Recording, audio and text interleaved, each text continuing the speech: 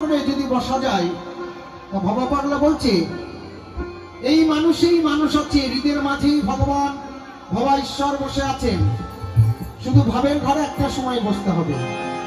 সাধুরা যেমন যোগযাগ করে, আরোপে সরব করে ভগবান ভবা পাগলাকে দেখতে হবে। একটু সময় চোখ বন্ধ করে ঘরের ভিতরে চুপ করে সাধনার ঘরে বসতে হবে। ভব সাগরে ভাবের মানুষ, বাবা বলছে আমি আছি, তোমার ভিতরে আছি, তোমার ভিতরে আছি, তোমার ভিতরে আছি, আমি সকলের ভিতরে আছি। কৃষ্ণ যেমন বলেছেন কৃষ্ণ কৃপা ছাড়া বৃক্ষ খুশি করতে পারে না, তদ্রূপ ভবা পাগলা বলেছেন কলিযুগের ভগবান এসে আমি সবার ভিতরে আছি, আমাকে একটু দেখ। ভাব সাগরে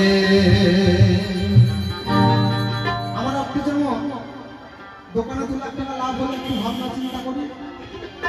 আমার যে মনের মানুষ বউ এসে যদি বলে কি তখন কিন্তু শুনতে চলে ওঠে, তাই না? রান্না করতে করতে মেয়ে ছেলে যদি গ্যাস ফুরিয়ে যায় দেখবেন একটু বিরক্ত হয়, কার প্রতি না তো স্বামীর প্রতি। গ্যাসটা তো শেষ হয়ে গেছে, গ্যাসের দোষ নয়, স্বামীর দোষ। তুমি জানো না গ্যাস ফুরিয়ে গেছে, তোমাকে তাড়াতাড়ি কি করে রান্না করে দেবো। যদি ভাবের ঘরে বসে যদি আমি ভগবানকে না দেখার চেষ্টা করি, শুধু ভগবানের দোষ দিলে হবে না, নিজের দোষটাও দেখতে হবে। তবে খুঁজতে গেলে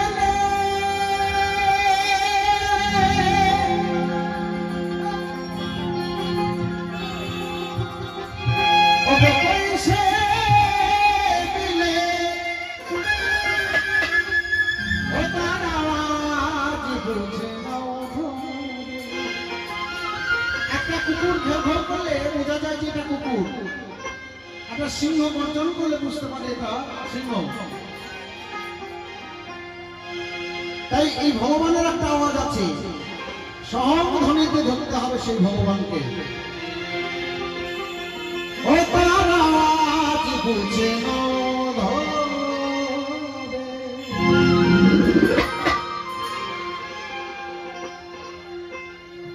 বসে আছে ভক্তি ধরে,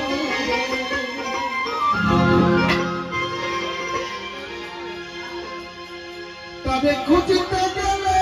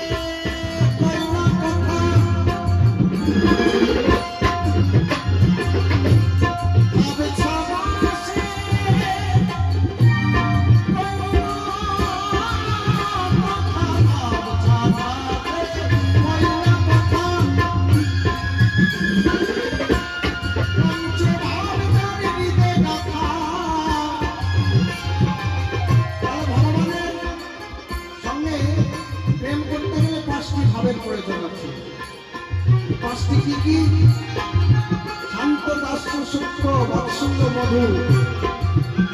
একটা শিশু যেমন মায়ের সঙ্গে বাবার সঙ্গে আস্তে আস্তে আস্তে আস্তে বড় হয়, বাল্য ভাব মা ছিলেন যে পীড়িত,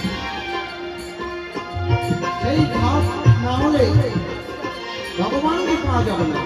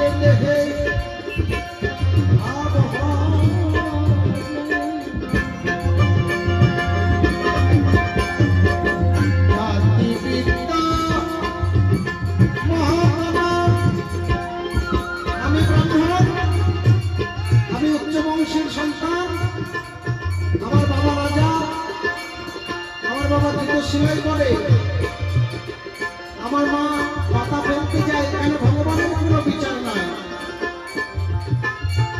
ভগবান বিচার করবে তোমার কর্ম, তুমি নিজেকে কতটা ভক্তি মার্গে রাখতে পারো। কোনো জাতির বিচার হয় না ভগবানের কাছে। তাই জাতি বিদ্যা